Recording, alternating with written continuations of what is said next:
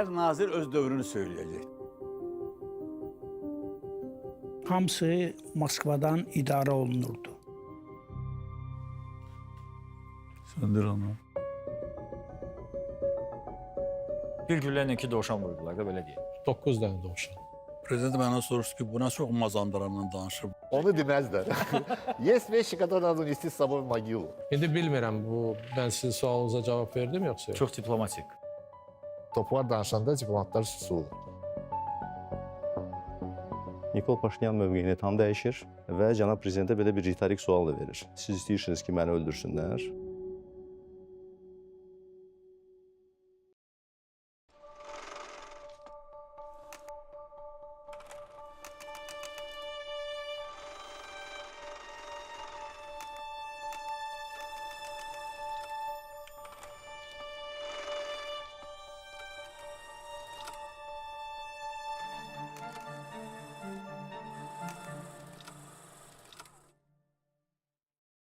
Kardeşler Nazir'e hoş geldiniz. Müsahiblərindən biri cavab vermişdi ki, Həsəd Aparmaoğlu Ceyhun Bayramov qələbənin naziridir. Böyük xoşbəxtçilik ümumilikdə bütün xalqımız üçün, bütün insanlarımız üçün ümumilikdə bu günləri yaşamaq. Bir neçə nəsil Azərbaycan peşəkar diplomatları bu missiyanın öhdəsindən layiqincə gəliblər və şükürlər olsun ki, onun da nəticəsi hər birimiz görürük. İyul ayı 20-ci il ən gərgin durum, Tovuz döyüşləri və siz nazir təyin olunursunuz. Rəsmi İrəvanın, ATƏT-in Minsk qrupuna üzv olan ölkələrin davranışı necə idi? Tovuz döyüşlərinin baş verdiyi bir ərəfədir. Ümumi mənzərəni, havada olan gərginliyi, Ermənistanın və Ermənistan rəhbərliyinin davranışı ilə çox ciddi bir məyusluğu və bunun səbəblərini başa düşmək üçün bir kiçik ekskurs etməyə də ehtiyac var. Çünki bunlar hamısı bir prosesin tərkib hissəsidir. Danışıqlar uzun müddət gedib və düşünək ki, danışıqların bəlli bir prosesində artıq burada keçmiş Ermənistan liderləri ilə nəsə bir real nəticəni əldə etməyi ehtimalı demək olar ki, 0 dərəcədə idi. 2018-ci ildə Nikol Paşinyanın hakimiyyətə gəlməsi bəlli bir ümidlər yaratdı. Bu yeni adamdır, bu keçmiş, bu komandanın tərkib hissəsi deyil. Keçmiş hərbi cinayətlərdən fərqli olaraq Azərbaycanlıların qanında əli bulaşmış bir insan deyil. Və may ayında Nikol Paşinyan hakimiyyətə gəldi və cənab prezidentin Nikol Paşinyanla ilk təması 28 sentyabr 2018-ci il tarixdə Duşanbədə oldu. MDB dövlət və hökumət başçıları samitində. Və orada belə öncədən planlaşdırılmamış cənab prezidentin qeyri-formal bir görüşü olmuşdu. Bu görüş bir saatını artıq çəkmişdi. Sual ola bilər ki, sən onda nazir olmamısan, sən bunları hardan bilirsən. Ancaq yenə deyirəm, bunlar hamısı zəncirlərdir və dəfələrlə mən bu müzakirələrdə, həm daxili müzakirələrdə, eyni zamanda cənab prezidentin xarici nümayəndə heyətləri ilə o cümlədən açıq və qapalı görüşlərində bu mövzunun üzərində durması və bunun səbəblərini və Azərbaycan tərəfindən atılan addımlar barədə verdiyi məlumatların şahidi olmuşam. Və cənab prezident həqiqətən də bunu bir mövcud bir şans kimi təqdim edirdi və öz tərəfindən bunun üçün bütün lazım addımların atılmasını da göstərirdi. Və həmin görüş zamanı cənab prezident Paşinyana müraciət edərək deyib ki, bu məsələni biz həll etməliyik. Yəni, bu belə daim davam edə bilməz, biz bunu qəbul etməyəcəyik və burada danışmaq olar, hər şeyə razılaşmaq olar, ancaq Azərbaycanın işğal altında olan əraziləri azad edilməlidir. Nikol Paşinyanın ilkin reaksiyası olub kifayət qədər konstruktiv. Kifayət qədər konstruktiv olub, o deyib ki, mən yeni gəlmişəm, mənim üçün çətindir, mənə bəlli bir vaxt lazımdır və mən bu işi həll etmək üçün bütün addımları atacağam. Sadəcə olaraq mənim də bəlli bir çətinliyim var. o cümlədən sərhəddə, təmas xəttində olan gərginlikdir. Burada snayper müharibəsi gedir və sizin tərəfinizdən o cümlədən kifayət qədər fəallıq var sərhəddə. Siz bunun qarşısını alsaz, siz də bu prosesdə xeyli mənə də kömək olar bununla bağlı olaraq. Cənab Prezident elə Duşanbədə olarkən bu barədə tapşırıq verir Müdafiə Nazirliyinə ki, bütün istiqamətlər üzrə tam sakitlik, tam sabitlik və hətta qarşı tərəfdən hər hansı bir atəşkəs pozuntusu olduğu hallarda, yəni buna dərhal qarşılıqlıq verilməsin. Nikol Paşinyanla razılıq əldə olunur ki, bir qaynar xətt ölkələr arasında formalaşır və Ermənistan tərəfindən müəyyən edilir Milli Təhlükəsizlik Xidmətinin rəhbəri Artur Vaniçan, Azərbaycan tərəfindən isə Xarici Kəşfiyyat Xidmətinin rəisi Orxan Sultanov. Və onların arasında 2018-ci ildə qaynar xətt formalaşır və belə bir pozuntu halları olan zaman, yəni onlar dərhal müdaxilə edirlər, bunun qarşısını alırlar. Nikol Paşinyan özü etiraf edir ki, bu müddət, bu dövr ən sabit, sərhəddə ən sakit olan bir dövrdür. Bu bir ümidlər yaradır. 2019-cu ilin mart ayının 29-unda artıq həmin məşhur Minsk qrupunun həmsədrlərin himayəsi altında Viyanada Cənab Prezidentin Ermənistan baş naziri ilə növbəti görüşü olur. Bu görüşdə, ilk görüşdən təxminən 6 ay sonra Nikol Paşinyan mövqeyini tam dəyişir. Açıq şəkildə qeyd edir ki, mən bu məsələni həll edə bilmirəm, həll etməyəcəm və hətta belə maraqlı bir argumentasiya da gətirir ki, mən bunu etsəm məni öldürərlər. Və Cənab Prezidentə belə bir ritorik sual da verir. Siz istəyirsiniz ki, məni öldürsünlər. Cənab Prezidentin də buna belə bir cavabı olur ki, mən ümumiyyətlə heç kimin öldürülməsini istəmirəm, ancaq bu heç bir mənada Azərbaycan torpaqlarının işğal altında qalma anlamına gələ bilməz. Heç vaxt Azərbaycan xalqı bu işğalla barışmayacaq. Biz öz torpaqlarımızı azad edəcəyik. Biz 2018-20-ci illərdə hərbi və siyasi Ermənistan tərəfindən etdiyi təxribatları barədə kifayət qədər geniş bir sənəd hazırlamışdıq. Və müharibə ərəfəsində, müharibə gedən günlərdə bütün görüşlərimizdə biz onu hətta xarici diplomatlarla, tərəf müqabilləri ilə bölüşürdük.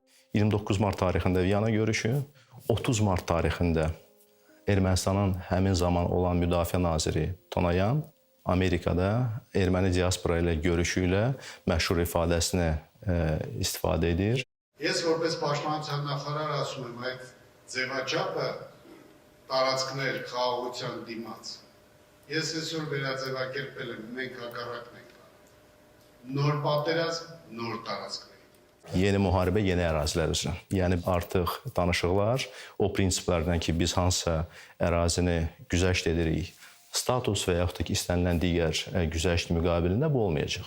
Avqust ayının 5-də artıq 2019-cu ildə Xankəndidə Nikol Paşinyan o məşhur Qarabağ Ermənistandır və nöqtə ifadəsini elan edir, işlədir. Ayın 6-sından 17-sinə kimi Qarabağda ilk dəfə olaraq tarixdə pan-erməni oyunları keçirilir və baş nazir də həmin o oyunlarda, açılışda və s. oyunlarda iştirak edir. Bu növbəti qırmızı çizginin keçirilməsidir. 2020-ci ilin 10 iyul tarixində Ermənistanın yeni milli təhlükəsizlik konsepsiyası açıqlanır və yeni milli təhlükəsizlik konsepsiyasında Birinci Qarabağ müharibəsinin nəticələrinin möhkəmləndirilməsi Ermənistanın milli təhlükəsizlik konsepsiyasının tərkib hissəsi kimi elan olunur.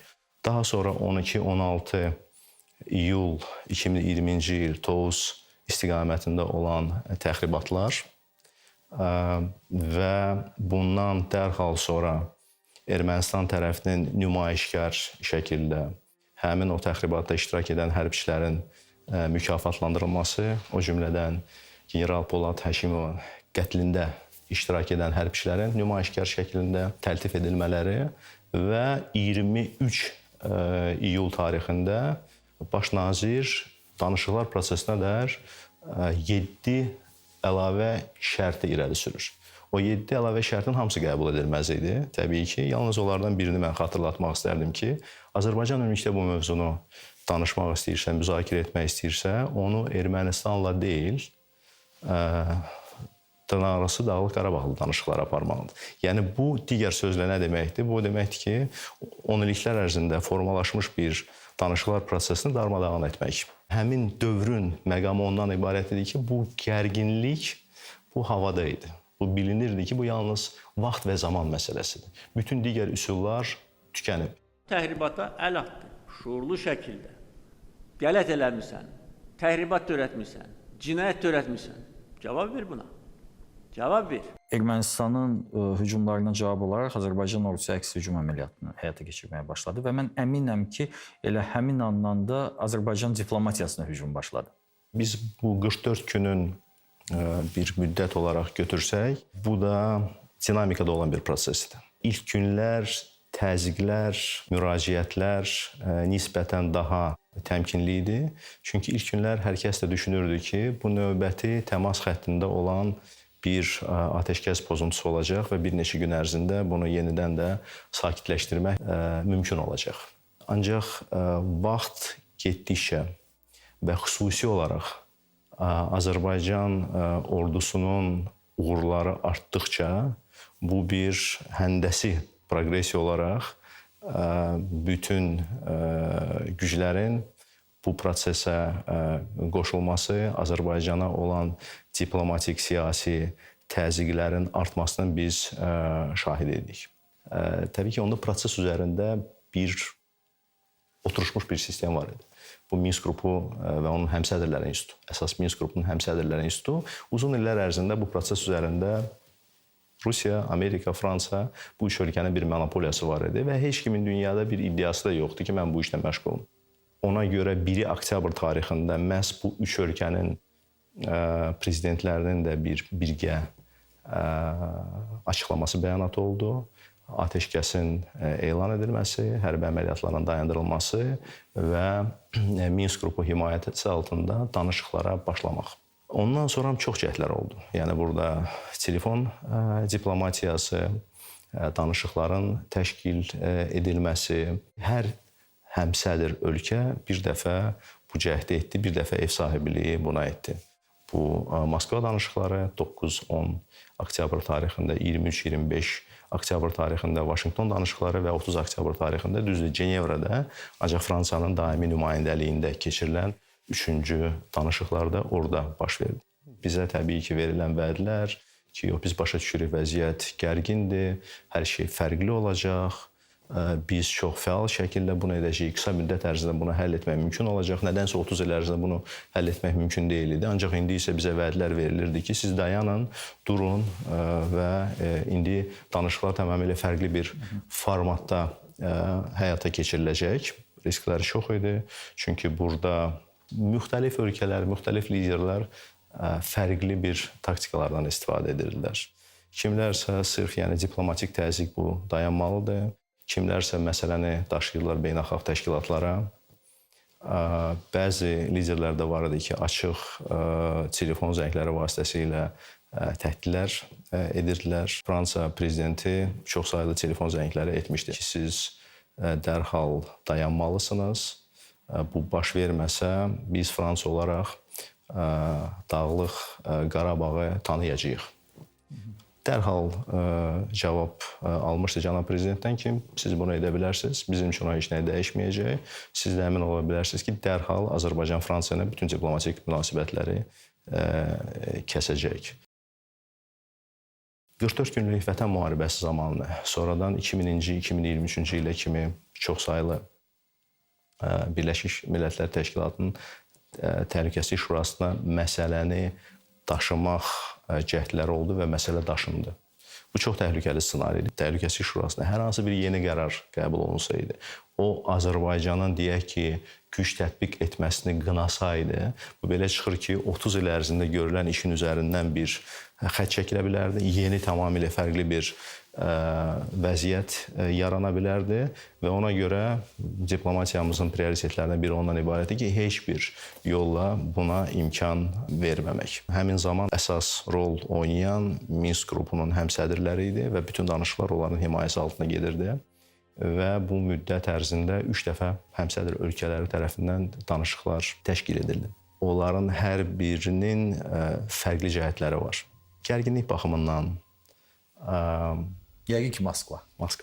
Moskva görüşü digərlərindən fərqlənirdi.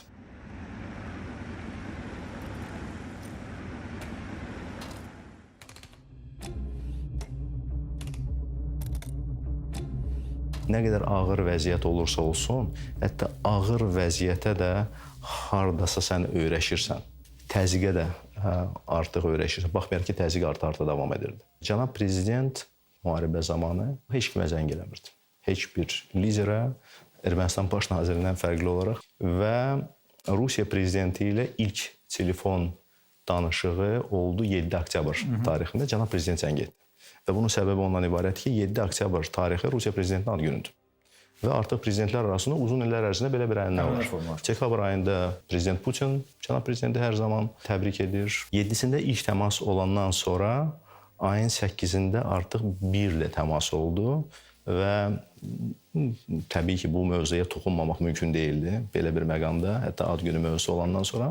Ancaq görsənən odur ki, prezident Putin də hardasa bu iki mövzunu görünür ki, ayırmaq baxımından 8-də xüsusi olaraq bu mövzu ilə bağlı artıq birinci təmas olandan sonra o zəng edib liderlər arasında belə bir danışıq oldu. Rusiya tərəfi israrlı şəkildə belə bir danışıqların keçirilməsi burada bir nəticənin hasil etməyinin vacibliyini qeyd edərək bunu təklif etdi. Ayın 8-də biz Cenevrada olarkən Bakıdan əlaqə saxlandı ki, cənab prezident danışmaq istəyir, onun təlimatları olacaq. Və cənab prezident telefon danışığında dedi ki, belə bir razılıq əldə olunub.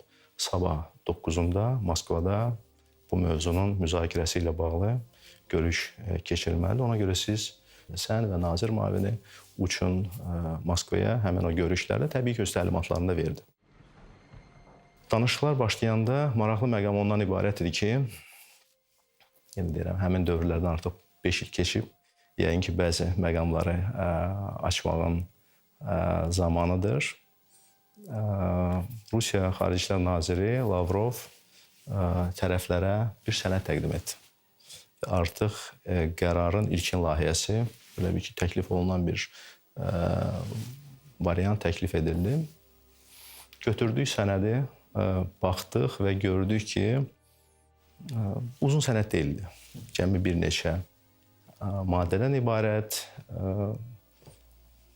Onu 9-dan 10-da keçingidə saat 00-dan etibarən bütün deməli hərbi əməliyyatların dayandırılması, təmas xəttinin şərq istiqamətində Rusiya sülh məramlı qüvvələri ilə Azərbaycan ordusu dayanır. Təmas xəttinin qərb istiqamətində erməni silahlı qüvvələri ilə yenə də Rusiya sülh məramlı qüvvələrinin deməli dayanması. Artıq təklif olunan sənəddə 9-u tarixində atəşkəs elan olunan kimi dərhal heç bir əlavə şərtlər razılaşmadan, o cümlədən erməni hərbiçiləri orada qalmaqla, heç bir ərazilər boşalmadan artıq həm şərq tərəfindən, həm qərb tərəfindən Rusiya sülh məramlarının yerləşdirilməsi. Təsəvvür edirsiniz də, 9 oktyabr tarixi biz hardayıq, vəziyyət nə yerdədir və artıq həm şərqdən, həm qərbdən Rusiya sülh məramlarını gəlib orada yerləşdirməsi bu deməkdir ki, artıq bütün məsələnin tam dondurulması və bundan sonra aydındır ki, heç də baş verə bilməz. Cənab prezidentdən tamamilə fərqli bir təlimatlarımız var idi bizim. Biz öz mövqeyimizdən çıxış edərək ümumilikdə fərqli bir məsələlərin qaldırılması, biz Ermənistan tərəfi ilə danışmağa hazırıq. Ermənistan tərəfi cədvəli təqdim etsin, nə vaxt çıxmağı planlaşdırırlar. Bu sənədə Ermənistan tərəfi, onların naziri Nasakanyan da hardasa öz narazılığını ifadə etməyə başladı ki, ancaq bu belə olmamalıdır. Deməli, Azərbaycan tərəfi çəkilməlidir 27 sentyabr tarixinə olan vəziyyətə. Çünki biz təzyiq altında danışıqlar aparmayacağıq. Ümumilikdə Azərbaycan burada beynəlxalq hüququ pozub, Azərbaycan güc tətbiq edib. Təbii ki, bu mövzuların cavabları asan idi. Biz onun hər şey necə olub və onlar ərazilər necə işğal ediblər, onun yadına salındı. Və sanki bu iki mövqe arasında Rusiyanın mövqeyi daha neytral ki, yox, indi çəkilməyə ehtiyacı yoxdur, siz olduğunuz yerdə qalın. Ancaq Rusiya sülh məramları da burada sizinlə birlikdə və bərabər olmalılar və bir sıra digər, təbii ki, bunu əks edən məqamlar, hərbi əsirlərin dəyişdirilməsi, həlak olan, öldürülən şəxslərin cəsədlərinin çıxarılması və bir sıra digər məqamlar. Bu danışıqlar bir neçə saat çəkdi və heç bir tərpəniş yox idi mövqelərdən. Rusiya tərəfi də çox israrla bunu davam edirdi və bəlli bir məqamda Lavrov belə bir fəndən istifadə etdi. Dedi ki, siz Cenevrədən gəlirsiniz. Ola bilsin ki, sizin son inkişaflar barədə tam məlumatlı deyilsiniz. Mən tam məlumatlıyam. Məndə bütün qeydlər var və s. Liderlərin dünyanın danışığı olub. Sizin yanaşmanız isə bir qədər belə qeyri-konstruktivdir və bu yaxşı bir təklifdir. Biz dedik ki, baxın, yəni bizim konkret mövqeyimiz var. Ancaq biz başa düşürük ki, burada bir fasilə edib əlavə təlimatlar almağa da ehtiyac var. Onlar bunu dəstəklədilər, fasilə elan edildi və bizə təklif olundu ki, qonşu otaqda sizin üçün yer ayrılıb, siz orada gedib məsləhətləşə bilərsiniz, Bakı ilə də əlaqə saxlaya bilərsiniz. Biz təşəkkür etdik və dedik ki, bizim səfirliyimiz uzaqda deyil, biz öz səfirliyimizə gedib, yəni bir saatdan sonra geri dönərik və biz danışığa uyğun olaraq getdik səfirliyimizə. Maraqlı məqam ondan ibarətdir ki, Ermənistan nümayəndə heyəti heç yerə getmədi, elə qaldı orada. Çünki onlar dedilər ki, onların da öz paytaxtları ilə danışmaq ehtiyacları var. Biz gəldik səfirliyə, Bakı ilə əlaqəyə çıxdı, xüsusi rabitə kanalları ilə. Təbii ki, cənab prezident bir daha öz bütün təlimatlarını təkrarladı. Hansı arqumentlərdən istifadə etmək lazımdır, onları da bizə bir-bir hamısını qeyd etdi və biz geri döndük danışıqlara. Biz ora gələndə bütün Rusiya mediası, xarici media, amma orada götürüb xəbər gözləyir. Bunların ilkin gözləntisi ondan ibarətdir ki, atəşkəs artıq saat 00-da, gecə saat 12-də elan ediləcək. İrəliləyiş yoxdur. Mən onu qeyd edim ki, danışıqlar gedən zaman Lavrova bir neçə dəfə prezident Putin zəng etdi. Prezident Putin zəng edəndə Lavrov çıxırdı təbii ki. Müdafiə naziri Şoyqu zəng edəndə Şoyqu ilə elə həmin o otaqdan bizim yanımızdan danışırdı. Danışıqlar təbii ki, saat 12-dən də keçdi, getdi və 12-dən sonra da bu zənglər davam edirdi. Hamı üçün aydın oldu ki, yəni bəlli bir mövqe var, biz bu mövqedən geri çəkilə bilməli və geri çəkilməyəcəyik. Biz təklif etdik, biz dedik ki, bu günləri nəticə hasil edilmirsə, problem deyil. Biz bugün danışıqları saxlayaq, sabahları davam edə bilərik. Bu bir o qədər ciddi məsələdir ki, biz burada nə qədər lazımdır danışıq aparmağa hazırıq. Nəticəni həmin gün əldə etmək onlar üçün çox önəmli idi. Mən bir məqamı da qeyd edim. Biz orada olarkən ayın 9-u Hadrutun azad olması barədə xəbər çıxdı. İşğaldan azad edilmiş yaşayış məntəqələrinin adlarını sizin diqqətinizə çatdırmaq istərdim.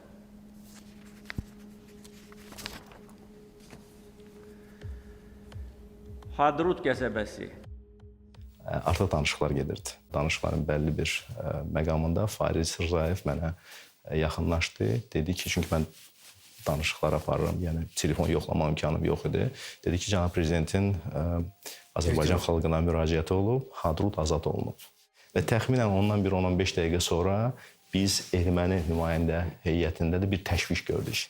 Bir təşviş gördük və belə nəzərə çarpan bir məyusluq hiss olundu. Yəni, təbii ki, o məlumat onlara da çatdı. Bu da həmin günün maraqlı bir məqamı idi. Dediniz onu danışıqlarda həmin an ki, Hadrut da azad olunub, yoxsa o diplomatik baxımdan uyğun deyil? Bəli. Onu biz argumentasiya zamanı edirdik. Çünki Natsakanyan orada istifadə edərkən arqumentlərdən ki, 5 üstəgəl 2 və s. Biz deyirdik ki, baxın da 5 üstəgəl 2 formulu ümumilikdə işləmir. Çünki artıq Cəbrayıl azad olunub, Hadrut azad olunub. O çalışırdı özünü belə arxayın aparsın. Bu hələ heç nə demək deyil. Yaxın günlərdə siz fərqli bir xəbərlər eşidəcəksiniz. Yəni belə bir arqumentlərdən də istifadə etməyə çalışırdı. Çox gərgin gedirdi danışıqlar və nəticə etibarı ilə artıq səhər saatlarına yaxın bir sənəd üzərinə çıxdıq. Yəqin ki, çoxlarının yadında deyil. Ancaq o prizmadan Azərbaycan maraqlarını hesab edirəm ki, tam qane edən bir sənəddir. Birincisi, orada ateşkəs yalnız humanitar ateşkəs adlandırıldı. Стороны согласились о ниже следующих шагах. Первое. Объявляется о прекращении огня с 12 часов 0 минут 10 октября 2020 года в гуманитарных целях для обмена военнопленными и другими удерживаемыми лицами и телами погибших при посредничестве и в соответствии с критериями Международного комитета Красного Креста. Yəni söhbət tam ateşkəsdən getmirdi. Humanitar ateşkəs və Beynəlxalq Qızıl Xaç Cəmiyyətinin iştirakı ilə hərbi əsirlərin mübadiləsi üçün və cəsədlərin yığılması üçün döyüş meydanından. İkinci bir məsələ heç bir sülh məramlı, heç bir üçüncü tərəfin orada təmsilçisindən söhbət getmirdi və bu argumentasiyada Lavrov istifadə etdi ki, yaxşı siz bunu deyirsiniz, bəs necə bu təmin etmək olar, necə buna nəzarət etmək olar və maraqlı məqam ondan ibarətdir ki, Cənab Prezident demişdi ki, belə bir argumentdən istifadə etsələr, deyirsiniz ki, həmsədr ölkələri hamısı, kosmik ölkələrdə hamısının peykləri var. Peyklərdən onsuz da baxırlar, nəzarət etsinlər, görərlər də kim nəyi pozub. Eyni argumentlərdən biz orada istifadə etdik. İndi onlar ona nə qədər məhz o argument işlədi. Ancaq yəni bu da danışıqlar prosesinin yadda qalan məqamlarından biri idi. Paralel olaraq Minsk qrupu himayəsi altında danışıqların bərpa edilməsi, həyata keçirilməsi və çox vacib bir məqam da orada qeyd olundu. Yenə deyirəm, bugünkü reallıq baxımından bunun heç bir əhəmiyyəti yoxdur. Ancaq onda o vacib idi. Danışıqlar formatının dəyişməz qalması. Yəni o Azərbaycan tərəfinin israrı ilə ora salınmışdı. Nəyə görə? Çünki müharibədən öncə Ermənistan demişdi ki, Azərbaycan danışmaq istəyirsə, bu məsələni həll etmək istəyirsə, qoy onda separatçılarla danışsın. Biz deyilik. Və danışıqlar formatının dəyişməz qalması bu deməkdir ki, Ermənistan bu mövqeyindən də geri çəkildi və özünün danışıqlar tərəfi, özünün bu prosesin başda duran tərəfi kimi qəbul etdi. Və artıq nəzərə alsaq bu səhər saatlarına kimi davam edirdi. Razılıq əldə olundu ki, atəşkəs saat 12:00 gündüz saat 12:00-dan elan ediləcək. Danışıqlar qurtaran kimi biz dərhal Bakıya uçduq. Saat 12-də artıq bu məlum faktdır. Atəşkəs elan olundu. Üstündən heç yarım saat keçməmiş. Atəşkəs pozuldu və hərbi əməliyyatlar davam edildi. Həmin o atəşkəsin üzərindən təxminən 13 saata yaxın olan bir dövrdən sonra 10-undan 11-nə keçən gecə saat 1 radələrində ilk dəfə olaraq raket hücumu oldu Gəncəyə və orada çoxsaylı mülki əhali qətlə yetirildi. Bundan sonra isə hərbi əməliyyatlar daha da şiddətləndi.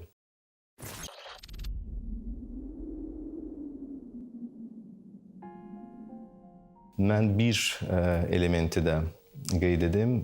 Artıq Cenevrədə Fransa daimi nümayəndəliyində olan danışıqlar kontekstində 30 oktyabr, yəni ümumi vəziyyəti başa düşmək lazımdır. 30 oktyabr artıq hamı başa düşür ki, belə davam edərsə artıq bir neçə gün ərzində Azərbaycan tam ərazini azad etməyə nail olacaq.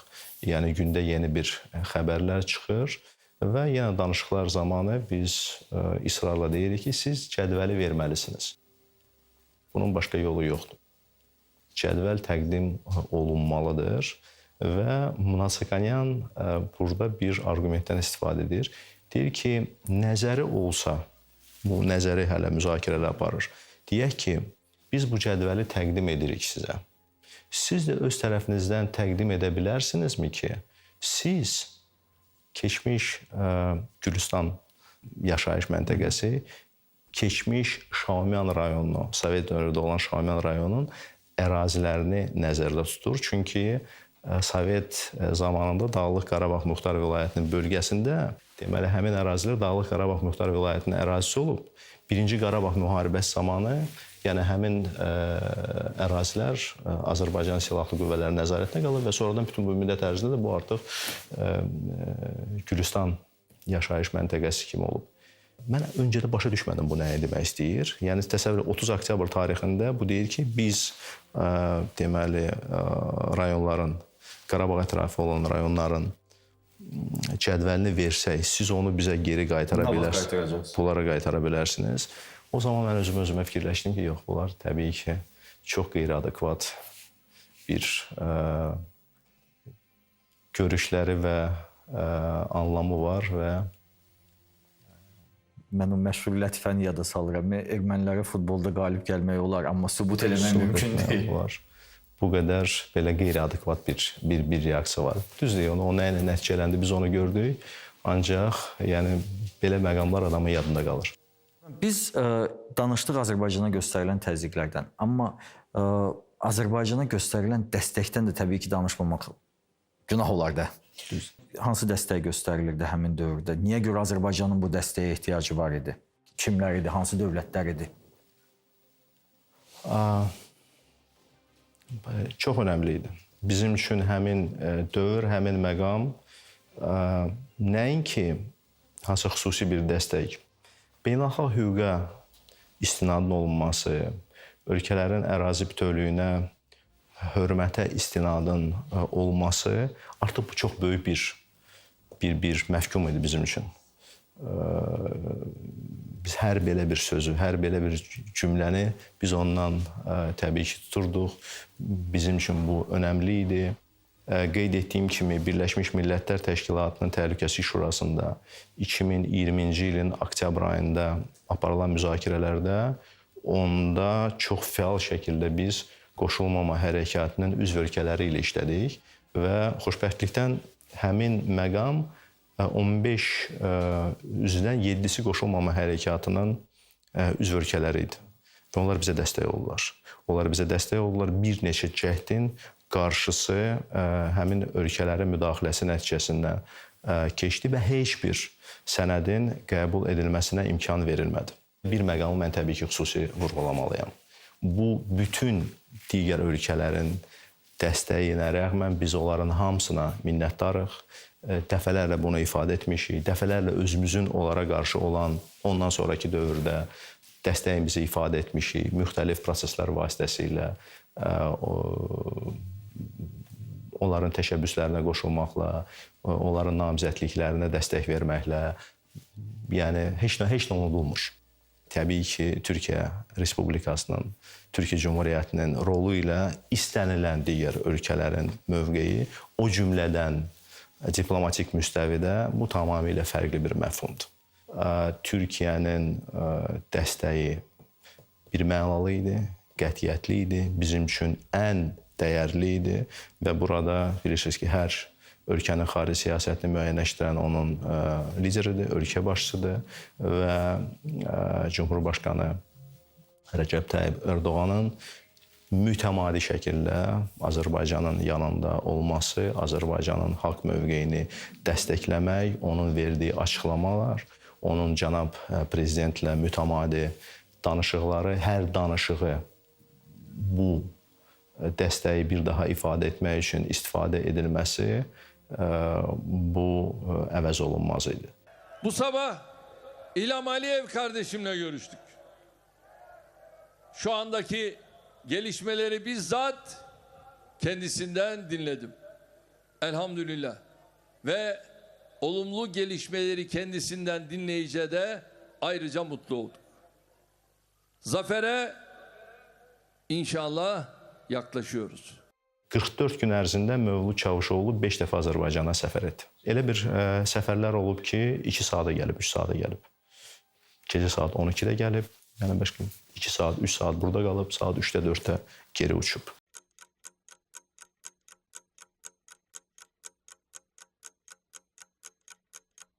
Söhbət ondan getmirdi ki, o bura gəlirdi və biz hansısa elə bir məqamı müzakirə edirdik, hansını ki, biz telefonla danışmaya bilmirdik. Yox, bu da dəstəyin bir ifadəsi idi, bir növü idi ki, Türkiyə Azərbaycanın yanındadır. Xarici İşlər Naziri gəldi, Azərbaycanda oldu, mesajları verdi və həmin günlər ərzində mən bir məqamı da qeyd etmək istəyirəm. Ola bilsin ki, Azərbaycan ictimaiyyəti bunu bilmir, mən bunu açıq şəkildə qeyd etməmişəm. Həmin günlər ərzində Ankaradan gedən bütün Türkiyənin səfirliklərinə bir mesaj var idi ki, Ankaradan gələn təlimat birbaşa Türkiyənin xarici səfirliklərinə, Bakıdan gələn təlimatla eyni qüvvəyə malikdir. Yəni, Bakıdan nə təlimat gəlirsə, siz heç Ankaradan bunu yoxlamadan bu işləri görməlisiniz.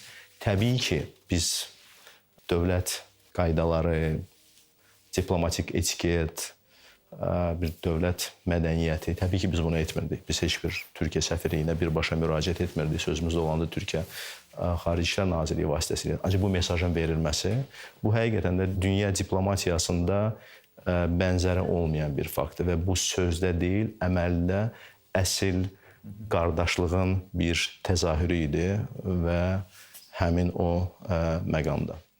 Cənab Prezident mövqeyi formalaşdırmaq üçün bütün üsullardan istifadə edirdi. Azərbaycan cəmiyyətinə, Azərbaycan xalqına olan mütəmadi müraciətlər və o cümlədən demək olar ki, gündəlik əsasda dünya mediasında verən müsahibələrdə.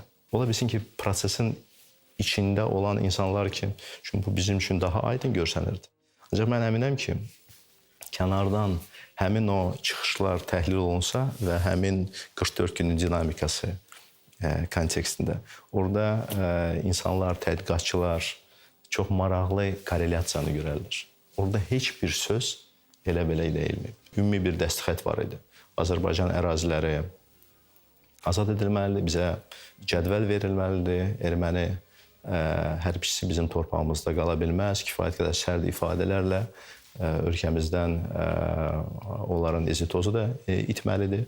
Bunlar öz qaydasında. Ancaq bəzən deyək ki, bir çıxışda, intervyuda belə bir istinad gedirdisə, bəli, Azərbaycan ərazisində Türkiyə F-16'ları var. Onlar hərbi əməliyyatlarda iştirak etmirlər.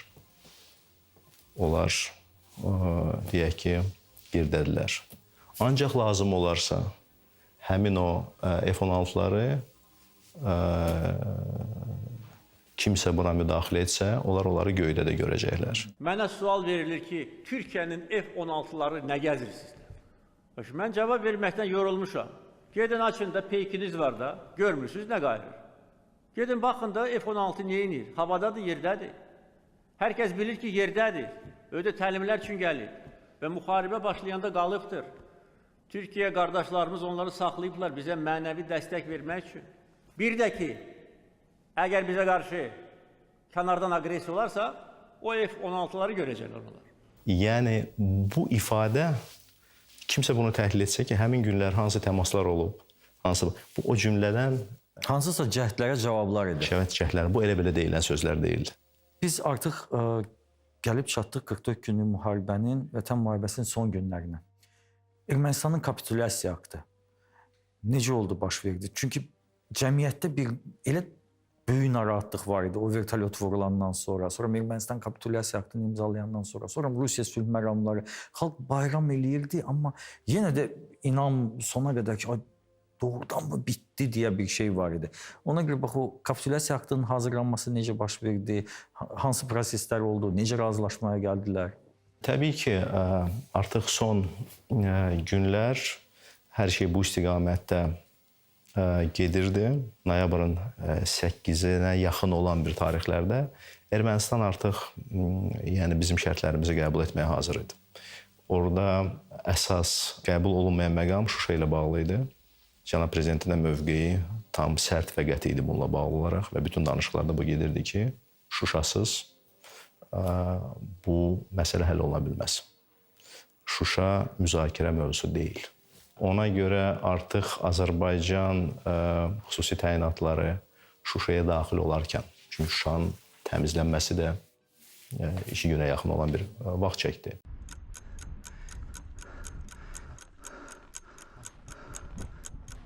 İrəli ancaq irəli dayanma. Sonradan Ermənistan hərbi birləşmələri bir geri alma cəhdi etdilər. Azərbaycan ictimaiyyəti bu barədə xəbərdardır. Ancaq artıq hər şey bu istiqamətə gedirdi və aydın idi ki, Şuşada azad olunandan sonra belə demək olarsa bu məqamda bir razılaşdırılmamış, açıq qalan böyük mənzərədən mən deyirəm, detallar olduqca çox idi. Əziz Şuşa, sən azadsan. Əziz Şuşa, biz qayıtmışıq. Əziz Şuşa, biz səni dirçəldəcəyik. Şuşanın azad olması xəbəri daxil olarkən, təbii ki, bu artıq yekun bir mərhələyə keçdi. Ayın 8-dən artıq çox intensiv təmaslar, 9-u səhər saatlarından başlayaraq gecə saatlarına kimi danışıqlar getdi. Və burada mən onu qeyd etmək istərdim ki, danışıqların gedişatı, detalları iki prezident birbaşa danışırdı. Prezident Putinlə cənab prezident birbaşa danışırdılar. Əsas məqamlar üzərində, ondan sonradan bu kağız üzərinə qoyulurdu. Bu artıq Xarici İşlər Nazirlikləri vasitəsilə edirdi. Onlar təqdim olunurdu prezidentlərin nəzərinə, baxırdılar, növbəti telefon danışığı. Həmin gün ərzində çox sayılı telefon danışıqları həyata keçirildi. Bu günləri 2025-ci ilin baxışından, prizmasından bir məsələdir. 2020-ci ilin 8-i, 9-u noyabr tarixləri tamamilə fərqli bir mənzərədir. Mən məqamları qeyd edim. O məqamlar ki, hansılar ki, cənab prezident israrla danışıqlar nəticəsində ora salınmasına nail oldu. Birinci və ən əsas 3 rayonla bağlı Kəlbəcər, Laçın, Ağdam konkret olaraq çıxma tarixləri. İkinci məqam ondan ibarət oldu ki, bu üç tərəfli bəyanatın müddəti. Çünki ilkin olaraq təklif ondan ibarət bunun müddəti olmasın. Və bu qəbul olundu və burada ikinci bir məsələ. Həm müddət və müddətdən sonra onun gələcəkdə uzadılmaması mexanizmi. Перейдем к подписанию.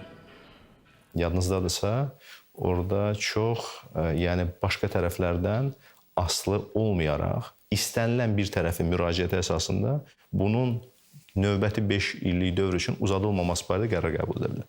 Yəni tərəflərdən biri öz mövqeyini ortaya qoyursa, bu deməli 5 ildən sonra artıq uzadılmayacaq. Yəni bununla bu üç tərəfli bəyanatın müddətli olmasının əsası qoyuldu və bunun uzadılmamasının da çox ciddi bir hüquqi zəmini. Bu konkret forması var. Bəli, təmin edildi. Благодарю вас, Михаил Геннадьевич. Спасибо большое, Владимир Владимирович. Növbəti bir məsələ, çox prinsipial bir məqam. Rusiya sülh məramlarının əraziyə daxil olmaları ilə erməni silahlı qüvvələrin çıxarılmasının paralel həyata keçirilməsi.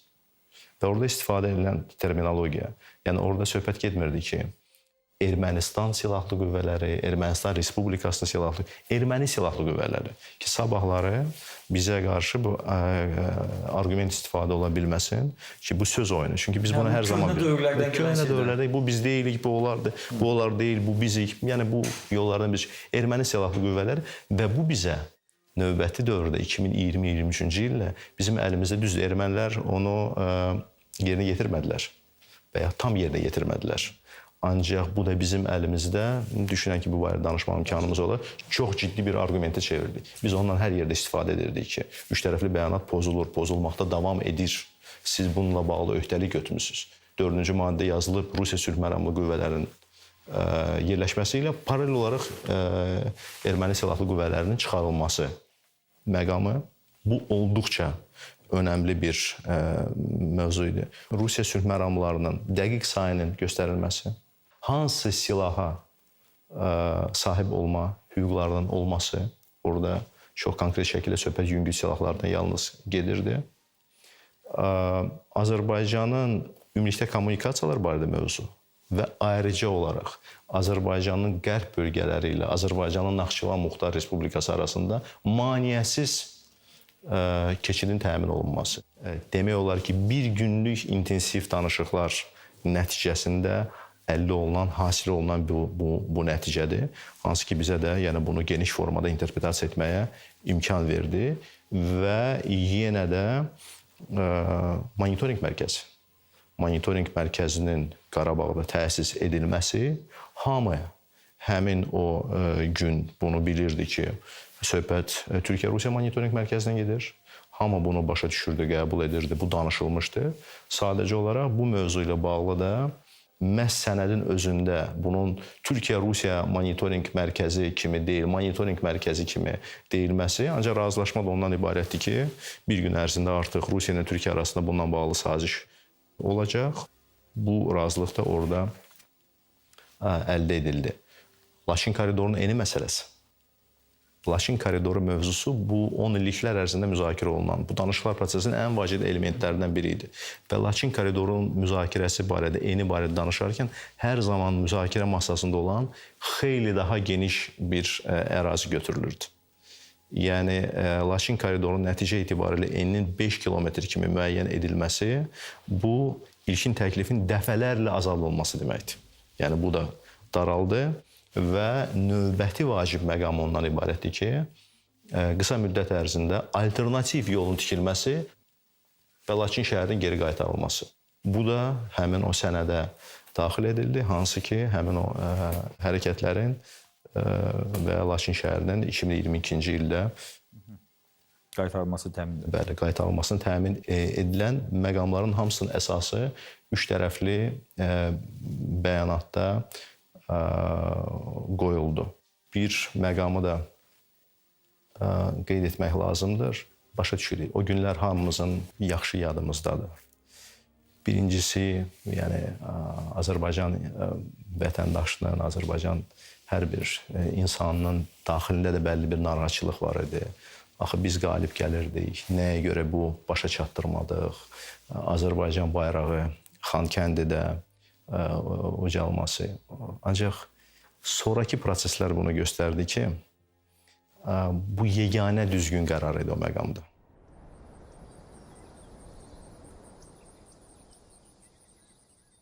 Bunu həmin gün, həmin məqamda təbii ki, tam aydın şəkildə görən məhz cənab prezident idi. Mən onu da gizlətmək istəmirəm. Mən desəm ki, bilirsiniz, biz hamımız 100% əmin idik. Elə biz düşündüyümüz, planlaşdırdığımız kimi də hər şey baş verəcək. Yox, hər birimizdə də bəlli bir narahatçılıq var, təbii ki. Ancaq mən tam səmiyyətimlə deyirəm və daxili çoxsaylı müzakirələrimiz olmuşdur. Ancaq bu tərəddüdü, zərrə qədər də olsa tərəddüdü ki, bəs hər şey yaxşı olacaq, biz istədiyimiz kimi olacaq, biz hər şeyə nail olacağıq. Bax, bu hissi zərrə də qədər olsa, tərəddüdü heç bir müzakirələrimizdə cənab prezidentlə biz hiss etmədik. Bizim uğurlu əməliyyatımız artıq böyük nəticələrə gətirib çıxardı. Və nəyi, necə, nə vaxt etmək lazımdır, bunu mən bilirəm. Yəni, bu adam o qədər əmin idi. O qədər arxain idi. Və bu əminlik və arxainlik istər-istəməz bütün ətrafda olan insanlara da keçirdi. Ancaq həmin məqam, bu qərarın qəbul olunması tam əminliklə demək olar ki, bu bizi böyük risklərdən sığortaladı. Bu bizi böyük potensial fəlakətlərdən sığortaladı. Gəlin bir dəqiqə, mən başqa məqamlara demirəm, yalnız bir neçə mövcud ssenari. Birinci məsələ ondan ibarətdir ki, bəli, erməni ordusu zəifləmişdir. Bəli, bizim ordumuzun tam üstünlüyü var idi. Ancaq eyni zamanda bu artıq noyabr ayıdır. Təsəvvür edin ki, mən elə Ağdam istiqamətini qoyuram kənara. Orada daha çox ağır minalanmış istiqamət. Ağdam istiqamətini hətta deyək ki, bir dəqiqəlik kənara qoysaq. Kəlbəcər, Laçın. Biz oranı, iqlimini, coğrafiyasını, yollarını hamımız bilirik. Bu bilavasitə Ermənistan ərazisi ilə həmsərhəd ərazilərdir. oranın müdafiəsini təşkil etməkdə elə bilavasitə Ermənistan ərazisindən etmək olar. Və sən ona cavab verməli olsan, sən Ermənistan ərazisini vurmalısan. Ermənistan Kollektiv Təhlükəsizlik Müqaviləsi Təşkilatının üzvüdür. 2020-ci il, yəni bunun hamısına. Bunun riskləri var idi. Nə qədər biz əlavə itkilər verəcəkdik. Bu məsələnin hərbi tərəfi, bu məsələnin, yenə deyirəm, insan potensialı baxımından nə qədər bizə problem yaradacaqdı. İkinci bir məsələ, siz təsəvvür edin ki, məsələn, biz nail olduq, getdik, deyək ki, sülh məramlara razılıq vermədik. Mən nəzəri olaraq bunu danışıram. Siz təsəvvür edirsiniz, hansı ittihamlar bütün dünya tərəfindən bizim üzərimizə gedəcəkdir? Etnik təmizləmə, soyqırım, orada hansı bir təxribatlar baş verəcəkdir? Təxribatları kimlərsə özləri təşkil edəcəkdir. Üçüncü tərəf yoxdur. O qədər təhlükəli ssenarilərdən bu razılaşma bizi sığortaladı ki, həqiqətən sonraki hadisələr də onu göstərdi ki, bu məqamda yeganə düzgün, yeganə dəqiq bir qərar idi. O faktı da unutmaq mümkün deyil və müqavilə üzrə çox qızğın iş gedir. Artıq axşam saatlarıdır və yekunlaşma üzrə işlər gedir. Səhərdən başlayıb çox saylı təmaslar dəyişir, prezident zəng edir, təlimatlarını verir, biz mətn üzərində çalışırıq. Rusiya Çini ilə əlaqədə onu göndəririk və artıq axşam saatları idi. Bu otaqda mətn üzərində oturmuşam, nazir müavini Fahir Rzayev kompüterin qarşısında düzəlişləri edir və hökumət telefonuna zəng gəldi. Mən telefonu götürdüm. Bizim hava qüvvələrinin komandanı Ramiz Tahirov zəng etdi həmin dövr. Mən telefonu götürdüm. Dedi ki, cənab nazirin, yəni Zakir Həsənovun xəbəri var.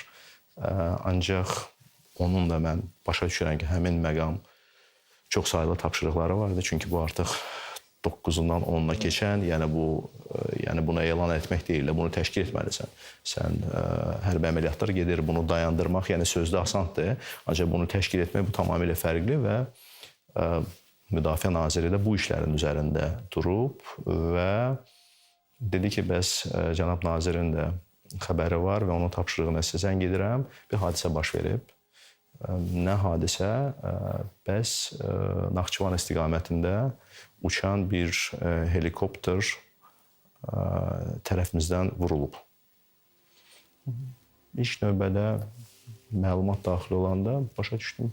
Bəli, belə bir yaxşı xəbər deyil. Ancaq müharibə gedir. Hələ ki müharibə dayanmayıb, helikopter vurulub, prinsipi bu baş verən hadisədir. Dedi ki, bizim sərhədimizə yaxın ərazidə Ermənistan üzərində baş verib. Yenə də bu məlumat tam təsəvvür yaradır. Çünki artıq biz bilirik ki, bizə təhdid yaradan bir sıra hallarda Ermənistan ərazisində S-300-lər də vurulmuşdu.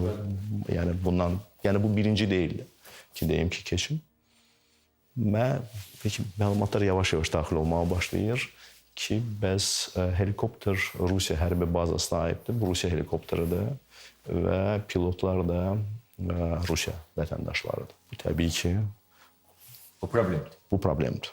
Bu ciddi bir məsələdir və bu məsələnin cənab prezidentə məruzə edilməsi. Dərhal telefon zəngi istədi. Cənab prezidentlə danışma növbətdə bu mövzu ilə bağlı 7 dəqiqə çəkdi. 7 dəqiqədən sonra indi kimi yadındadır.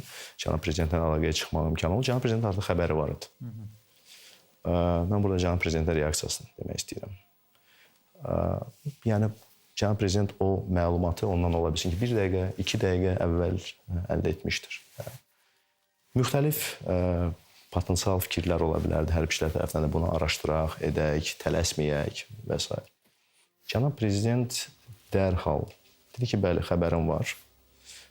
Siz bununla bağlı açıqlama hazırlayın və həmin açıqlama üstündən bir 30-40 dəqiqədən sonra çıxdı. Artıq bu hər yerdə var, hər kəs onu... Açıqlamada olan tezislərin ardıcıllığı da cənab prezident tərəfindən deyilən həmin o ardıcıllığa uyğundur. Hadisənin gətirən səbəblər, hərbi əməliyyatların davam edən dövrü, həmin marşrutla heç vaxt helikopter hərəkət etməməsi, faciəvi təsadüf, üzrxahlıq, kompensasiya və s. Biz bunu verəndə Rusiya tərəfindən heç bir məlumat getməmişdir ümumiyyətlə helikopterin vurulması. Heç xəbərləri yox. Ola bilsin ki, bazada xəbərləri vardı, ola bilsin ki, özləri araşdırıldı, bazada təbii ki, xəbərləri vardı. Ancaq bir Rusiya mediasında ümumilikdə belə bir hadisənin baş verməsi ilə bağlı işin çıxmadı. Azərbaycan Xarici İşlər Naziri, Azərbaycan Dövlət adından artıq bundan bağlı heç bir vaxt uzatmadan, heç bir əlavə, belə demək olarsa, oyun oynamadan məsələni izah etdi, üzrxahlığını da etdi, başsağlığı dirəklərini bildirdi, kompensasiya hazırlığını da elan etdi. Yəni mən bunu nəyə görə qeyd etmək istəyirəm ki, bir tərəfdən bu həmin o günlərin tarixidir. Həm də Azərbaycanın davranışıdır. Karabağ – это Azərbaycan и восклицательный знак.